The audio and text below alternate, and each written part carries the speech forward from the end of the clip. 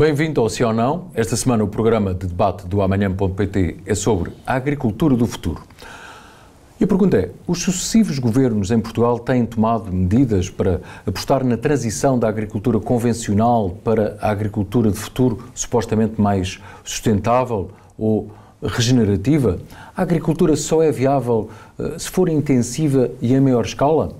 Comigo está Francisco Gomes da Silva, engenheiro agrónomo, professor do Instituto Superior de Agronomia e administrador da Agrogés, e também Eduardo Oliveira Sousa, também engenheiro agrónomo e ex-presidente da direção da CAP, a Confederação dos Agricultores de Portugal. Agradeço a ambos a vossa disponibilidade para este debate. Sabem que temos 1 minuto para cada um defender a sua posição. Começo pela posição do sim, não sei se é um sim claro ou um sim mas. Francisco, por favor. Muito obrigado, Luís, pelo convite, cumprimentar o Eduardo também. É um sim mas. É um sim no sentido em que nos últimos, 10 anos, 12 anos, 15 anos, tem havido um conjunto de sinais políticos de que a agricultura deverá percorrer um determinado caminho, e esse caminho vai um bocadinho ao encontro daquilo que possam ser os conceitos em torno de uma agricultura que visa regenerar alguns recursos que utilizamos na tecnologia agrícola. Portanto, nesse sentido é um sim. O mas tem a ver com, primeiro, alguma tibieza, não sei se é o termo correto, mas pelo menos alguma falta de clareza com que as propostas políticas são apresentadas e, portanto, aquilo que é um pensamento de fundo, depois muitas vezes não se tem traduzido por parte dos responsáveis políticos em propostas concretas de políticas que fomentem um determinado tipo de escolhas por parte dos agricultores. Não podemos esquecer que os agricultores são, em primeiro lugar, agentes económicos e, portanto, respondem, como todos os outros agentes, a um conjunto de estímulos que normalmente fazem parte das políticas públicas. E, por outro lado, porque também, um mas mais carregado, muitas vezes as propostas, ou pelo menos o discurso político que tem existido em torno desta transição, é um discurso de ruptura. Isto é, dizendo que a agricultura tem que deixar de ser intensiva, por exemplo, que é um termo que utilizou, no sentido que não pode usar de forma intensiva os recursos e tem que deixar de ser isso para ser uma coisa completamente diferente. Ora, isto é um erro, do meu ponto de vista, porque a agricultura, aquilo que tem vindo a fazer ao longo dos séculos, e agora fazendo um zoom para estes últimos 20 anos, 15 anos, 10 anos, tem vindo a fazer uma transição baseada na tecnologia que vai ficando disponível e no conhecimento que vai sendo disponibilizado pelos centros de saber, pelas universidades, etc., e em que os agricultores são quase sempre os primeiros a dar o passo no sentido desses ganhos de eficiência. E, portanto, essa transição, essa adoção de práticas que hoje em dia se designam genericamente por agricultura regenerativa, não são mais do que a adoção de um conjunto de tecnologias que permitem que o agricultor seja mais eficiente na utilização dos recursos e, portanto, consiga produzir o mesmo com os mesmos recursos ou produzir mais utilizando recursos proporcionalmente inferiores.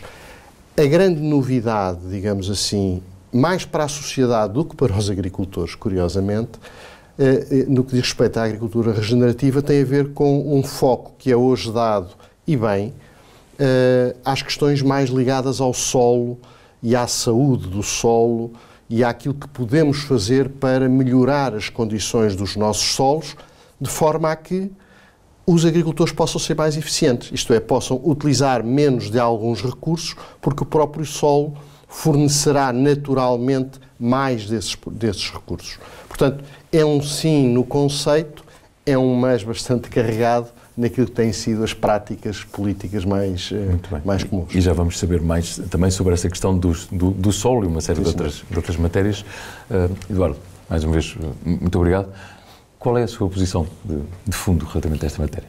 O Francisco explicou na perfeição aquilo que é a visão da necessidade de haver uma evolução para uma agricultura com contornos de preocupação ambiental e de salvaguarda dos recursos, mas a sua pergunta inicial era muito dirigida no sentido de saber se os governos, em particular os últimos governos e aqueles que eu acompanhei, foram proativos num apoio expressivo a uma transição para uma agricultura com contornos de evolução mais avançados. E eu aí lamento dizer que, de facto, não creio que tenha havido uma aposta significativa nessa transição.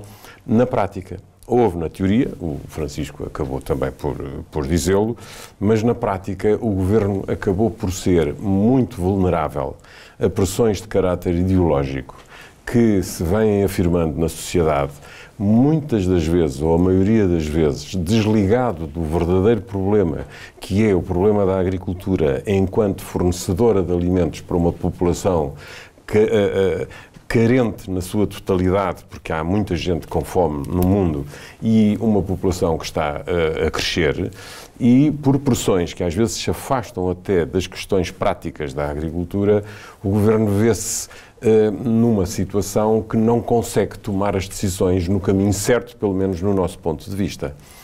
E aí porquê? Porque desvalorizou a técnica, a evolução da técnica, desvalorizou os agricultores que manifestamente mostram ter capacidade para evoluir em termos técnicos na forma como praticam a agricultura e, portanto, o Governo acaba por dizer que pretende defender uma agricultura mais sustentável, mas depois não apoia convenientemente essa evolução para essa agricultura mais sustentável, deixando os agricultores um bocadinho entregues a si próprios, a terem que fazer, às vezes, investimentos avultados de uma forma pouco apoiada, por uma ineficácia, por uma ineficiência de todo o sistema que, teoricamente, existe para apoiar os agricultores e que, na prática, se vêem impedidos de terem acesso a esses apoios porque caem nesta teia burocrática, por um lado, ideológica, por outro, e, por isso, há uma deficiência técnica na chefia dos governos, em termos, principalmente, do Ministério da Agricultura, que não têm tido capacidade técnica de acompanhar a evolução que a agricultura tem que ter e que não pode de maneira nenhuma hoje evoluir, seja para que caminho for, se não for com uma componente técnica muito forte. Naturalmente que o Eduardo está aqui na sua nova vida, mas claro que acompanhou durante muitos anos, enquanto Presidente da direção da CAP, são públicas as suas críticas relativamente, por exemplo, à ainda Ministra da Agricultura, quando fala sobre a questão da falta de proatividade de alguns governos ou de alguns titulares da pasta da agricultura, é porque ficam reféns de agendas ideológicas, porque mais do lado ecologista, a questão do uso, para sermos concretos, o tema dos pesticidas ou os temas... O tema dos pesticidas... É um exemplo. É um exemplo. Alguns exemplos. O tema dos pesticidas é um exemplo e é um bom exemplo porque não é apenas a nível nacional que esta crítica pode ser feita. Neste momento estamos perante uma situação de uma certa incongruência de ter havido, por parte do Parlamento Europeu, uma prorrogação da utilização de um determinado produto químico que é muito controverso e que mereceria ser debatido fora do quente daquelas posturas de que tudo o que é pesticida é mau, tudo o que é químico é mau, e arrastou, numa decisão que tomou, uma evolução tecnológica brutal que está disponível e que acabou por ser proibida a sua utilização por não ter havido um consenso em torno de um determinado posicionamento do Parlamento Europeu face à questão dos pesticidas. Ou seja, há hoje em dia, por exemplo, a utilização dos drones num conjunto vasto de, infelizmente até no sentido negativo, no que diz respeito, por exemplo, à utilização bélica dos drones, não é?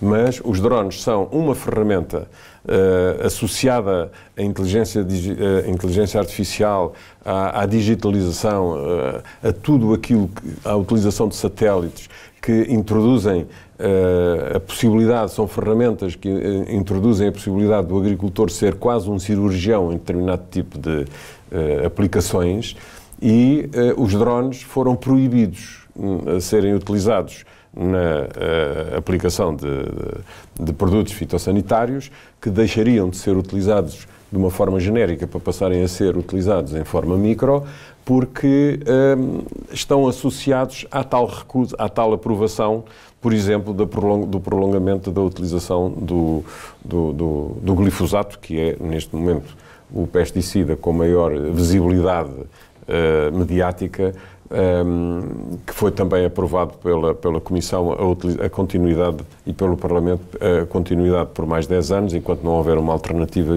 fiável para a substituição desse herbicida. E por isso não se consegue perceber como é que não conseguem os responsáveis políticos, a nível de ministros, a nível de decisores políticos europeus, separar o A do B, separar o sim do não. Como nós estamos aqui a ver, que às vezes são fronteiras muito ténues. Claro. Ali tinha que ter havido uma decisão técnica que se sobrepunha a uma decisão política que tinha a ver com um outro assunto. E isso não foi feito. E isso passa-se também ao nível da nossa administração, da utilização das políticas e da implementação das nossas políticas a nível nacional. Como é que é possível, passados tantos anos de aplicação do Programa de Desenvolvimento Rural, o PDR, ainda não estarem desbloqueadas as verbas do programa anterior? Já estamos na vigência do programa novo, que se chama PEPAC, e as verbas do programa anterior ainda andam enroladas em falta de decisão, em burocracias absurdas, pesadíssimas, e o tempo vai passando. E o tempo, ao passar, tem um poder corrosivo que é imparável. As coisas, uma vez feitas, estão feitas, e se forem mal feitas ficaram. E podiam não ter sido mal feitas algumas delas. Para os agricultores, que não são, na maior parte deles, não abonados. só para os agricultores. Tem um custo elevado para os agricultores, que se reflete nas suas contas de culturas, nos seus rendimentos, e se forem negativos, com mais dificuldade têm depois para abraçar novas tecnologias, novos parâmetros de desenvolvimento, mas também se reflete depois na sociedade em geral, porque sempre que há agravamentos económicos ao nível do agricultor, isso vai ter uma repercussão direta no custo dos alimentos, e por isso os alimentos poderiam estar mais acessíveis em algumas situações se este encadeamento estivesse melhor enquadrado. E também na utilização dos próprios recursos. O Francisco falou no solo, mas há outros recursos que é importante serem salvaguardados, nomeadamente as questões relacionadas com a água. Mas isso já lá vamos. Sim, mas é só para dizer que a falta de objetividade, a falta de compreensão técnica e a vulnerabilidade à demagogia e à ideologia, às vezes afastada até dos próprios problemas da agricultura, levam sempre a prejuízos, não só económicos, mas também de caráter ambiental e de salvaguarda dos recursos. Muito bem. Mas, pegando precisamente no que estava a referir, no fundo, dessa tendência de regeneração e a preocupação até com os solos, estamos a falar de erosão, estamos a falar da questão, por exemplo, de pesticidas, preocupações mais ambientais, naturalmente que o consumidor agora está mais atento a uma série destas questões e quer... obviamente, segurança alimentar e produtos de qualidade. Pode explicar melhor esse argumento? Posso tentar. Primeira questão.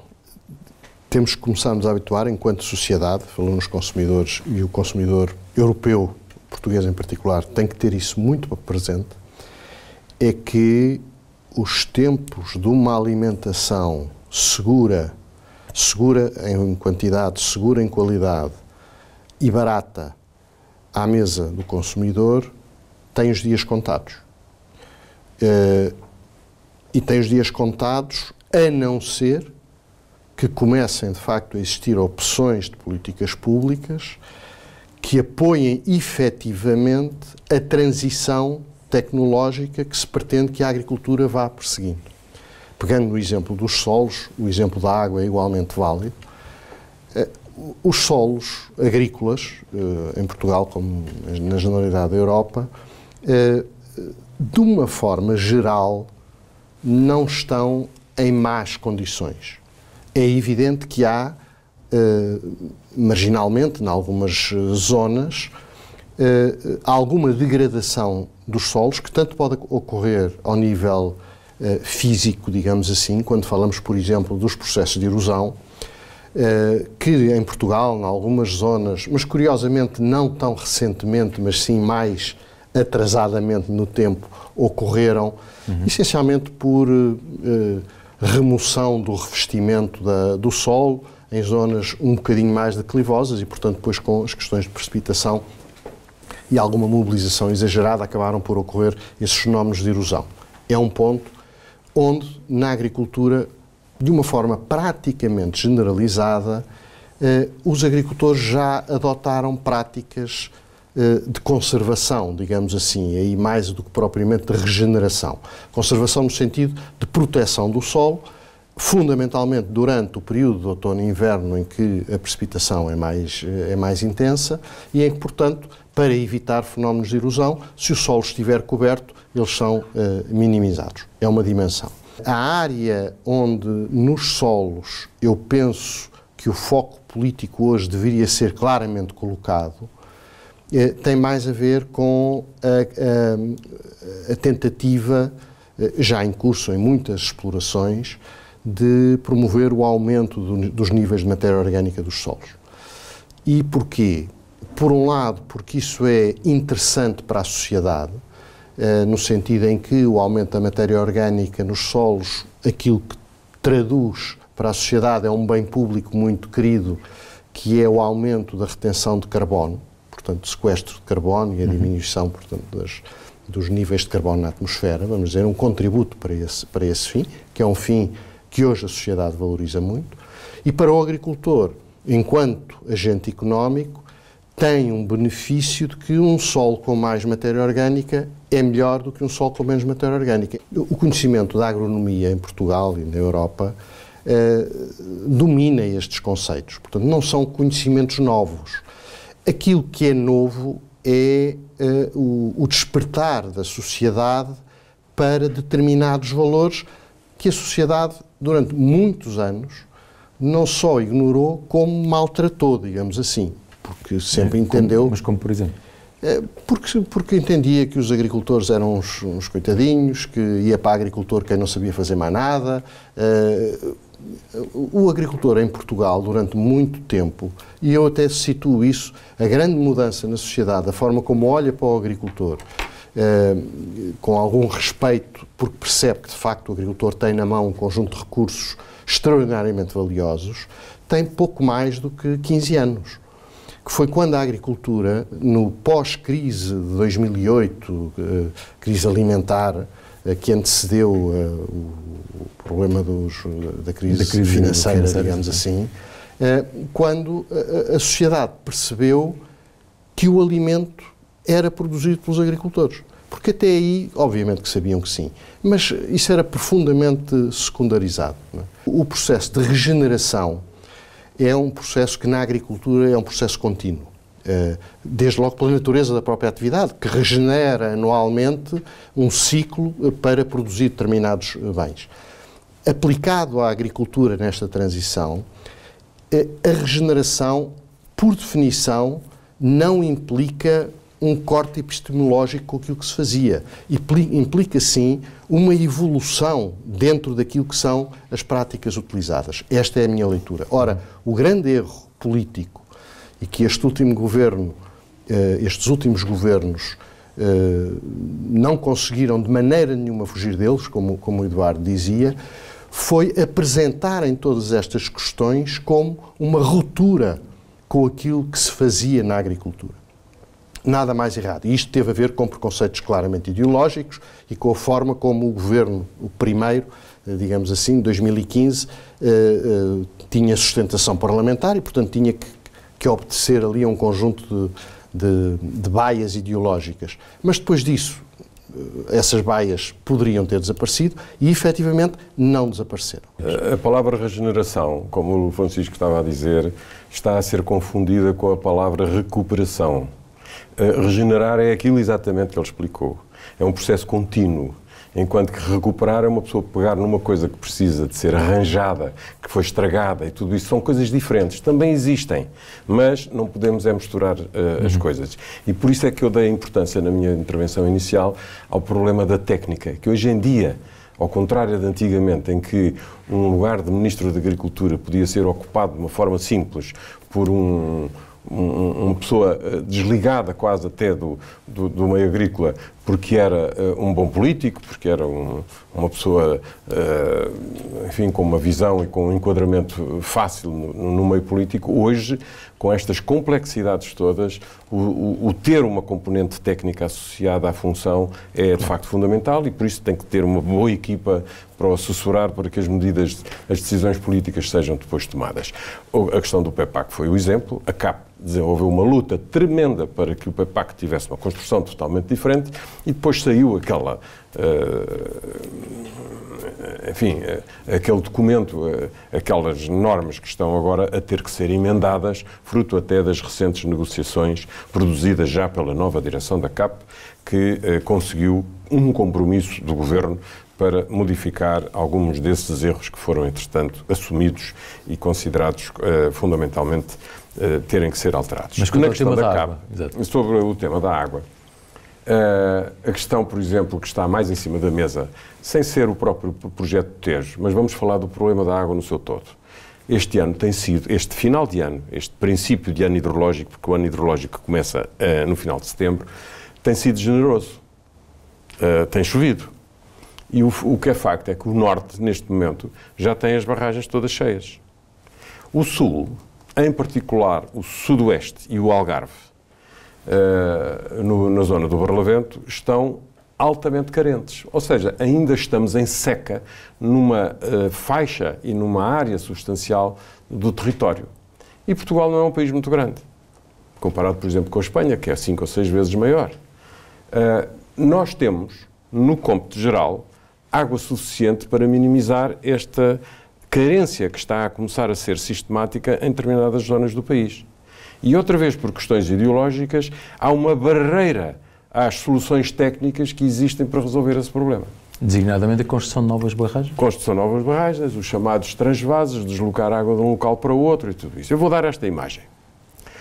A chuva que caiu em Portugal no mês de outubro, já lá vão quase 2 meses, foi mais do dobro de toda a água que os agricultores utilizaram em todo o ano, em todas as culturas que foram praticadas. Ou seja, a natureza foi generosa para com o país e devolveu ao país uma quantidade de água que colmatou toda a água que foi utilizada, não só pela agricultura, mas também pela indústria e pelo consumo humano, multiplicado por 2 ou por 3 ou por 4. Mas algumas regiões, as sub-regiões, não souberam aproveitar. Pedir à natureza que faça a paparoca toda, ou seja, dizer à natureza, espera lá, você vai dar a água toda, então dê agora aqui, amanhã dê ali, depois da manhã dê acolá, no mês que vem reserva um bocadinho para o mês. Essa parte temos que ser nós a fazer. O Sr. Pedro não tinha agenda para tanto. Temos que puxar pela nossa capacidade, pela engenharia, temos que puxar pela cabeça e temos que dizer, se ela está a chover, e dizem os especialistas, nomeadamente, por exemplo, o próprio professor Duarte Santos, que assumidamente já veio explicar ao país que é natural que haja até talvez um aumento da pluviosidade a norte, mas uma descida da pluviosidade a sul, está a dizer o quê? Nós vamos ter mesmo que encarar a hipótese, que já não é uma hipótese, de levar água para o sul. Mas para a levar, ela tem que ser armazenada. Portanto, a chuva que está a cair no norte, uma pequena percentagem, porque há sempre aquele mito que nós queremos interromper o ciclo natural da água. Não, a água pode continuar a correr para o mar, a água pode continuar a ser sedentária, porque nunca vamos querer, nem podemos nunca ter essa ambição, que seria uma ambição absurda, de arquivar a água toda que cai no território. Não. temos é que geri-la um pouco melhor. E um pouco melhor é pegar numa pequena percentagem dessa água que já choveu, daquela que está a chover, porque dezembro também está a ser um mês com alguma chuva, e reservá-la, conduzi-la e reservá-la, armazená-la, como se fosse uma despensa para nós utilizarmos quando ela fizer falta. E isso não está a ser feito.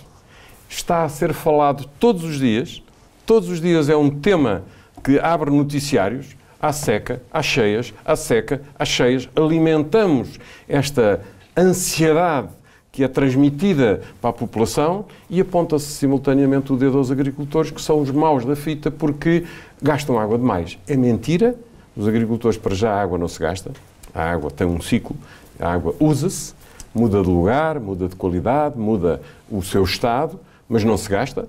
Se nós não tivermos capacidade, inteligência e aplicação técnica, prática no terreno para fazer esta ginástica, nós vamos agravar um problema que é um problema associado à desertificação, às consequências das alterações climáticas, ao abandono do território, ao avançar e ao agravamento das condições de seca que têm que ser combatidas com uma gestão conjugada do recurso. E a natureza tem sido generosa para nós. Nós é que não temos sido capazes de aproveitar essa generosidade. Francisco, estamos mesmo a terminar, mas como é que, na sua opinião, poderíamos gerir melhor o recurso água? Exatamente como o Eduardo disse. Temos que ter maior capacidade de armazenamento, temos que nos convencer de que temos conhecimento e tecnologia para deslocar a água de um local para outro no país, do sítio onde ela existe, onde ela faz falta. Temos tecnologia para o fazer, minimizando extraordinariamente os impactos ambientais que daí decorrem. Portanto, hoje em dia isso é uma falsa questão. Não há nenhum obstáculo ambiental que nós não tenhamos capacidade tecnológica para ultrapassar. E digo mais, eu não tenho dúvida nenhuma que nós, daqui por uns anos, vamos ter a barragem de Foz de Coa construída. E a pergunta que se vai... E vamos ter as gravuras protegidas da mesma forma. Porque há falta de água em Trás-os-Montes, convém lembrar. Porque também há. E porque a pergunta que os vindouros farão é por que raio é que as gerações anteriores não fizeram aquilo que podia ser feito como para benefício das gerações futuras. Porque o problema da falta de água, embora pontualmente já existam, digamos, as pessoas que hoje vivem já padecem de algumas dessas consequências, nomeadamente quem vive da agricultura e precisa de água, ela não existe, em algumas das regiões do país. Objetivamente, aquilo que nós estamos a pôr em causa ao adiar sistematicamente não é a discussão, é a obra. Porque a discussão está toda tida. Quando nós olhamos para aquilo que foram os planos desenvolvidos na segunda metade do século passado, relativamente à água em Portugal, está lá quase tudo. Nós sabemos quais são as cascatas que podem ser construídas, cascatas de barragens, portanto barragens em série, que podem ser construídas com maior ganho para o armazenamento, quais são os transvases que podem ser feitos ou aprofundados, porque alguns já existem, mas têm uma dimensão muito limitada. Portanto, não há razão objetiva nenhuma, a não ser algum tipo de, não sei como chamar-lhe, purismo bacoco, digamos assim. Falta de coragem política? Falta de coragem política ou às tantas, eu até nem acho que falta, porque eu não vejo onde é que tem que faltar coragem. Mas é mesmo falta de visão. Exatamente, e a falta provavelmente de noção da falta que a água faz em cada local. É a única explicação que eu encontro. E veja o que aconteceu, por exemplo, com a utilização dos verbas do PRR. Sim. É uma oportunidade perdida que não vai repetir-se muito seguramente nos próximos tempos e que não tem uma alocução às questões da agricultura e combate à desertificação do território e tudo isso por uma questão que não é entendível, que eu atribuí, obviamente, à fraqueza da capacidade política de intervenção do Ministério da Agricultura, que não soube levantar a bandeira da defesa da agricultura nacional como deve de ser, que é a base da nossa sobrevivência. Mas eventualmente por preconceito ideológico? Eu acho que no limite também. E por vulnerabilidade. Sim. E por, indiscutivelmente, uma enorme incapacidade e incompetência política do Ministério da Agricultura ao longo destes últimos 8 anos. Sobre isso não há qualquer dúvida e a história far-se-á e contará aquilo que se tem passado. Quero agradecer-vos muito. Esperamos naturalmente todos enquanto cidadãos, que estes temas da agricultura e nos termos em que estiveram aqui a debater com enorme civismo, e outra coisa não seria de esperar, estejam mais vertidos nos programas eleitorais, enfim, das eleições legislativas que se avizinham para março, e que depois o que venha a acontecer a seguir, que haja provavelmente, se calhar, um olhar diferente sobre a importância económica e social, e não só da agricultura em Portugal. Muito obrigado. Obrigado, Luís. É tudo. Já sabe que pode ver o debate no site amanhã.pt, também na Euronews, que aliás fica disponível no canal YouTube, ouvir no podcast Pensar Amanhã e, claro, ler no jornal Portugal Amanhã, que vem com o sol. Obrigado. Conto consigo na próxima semana.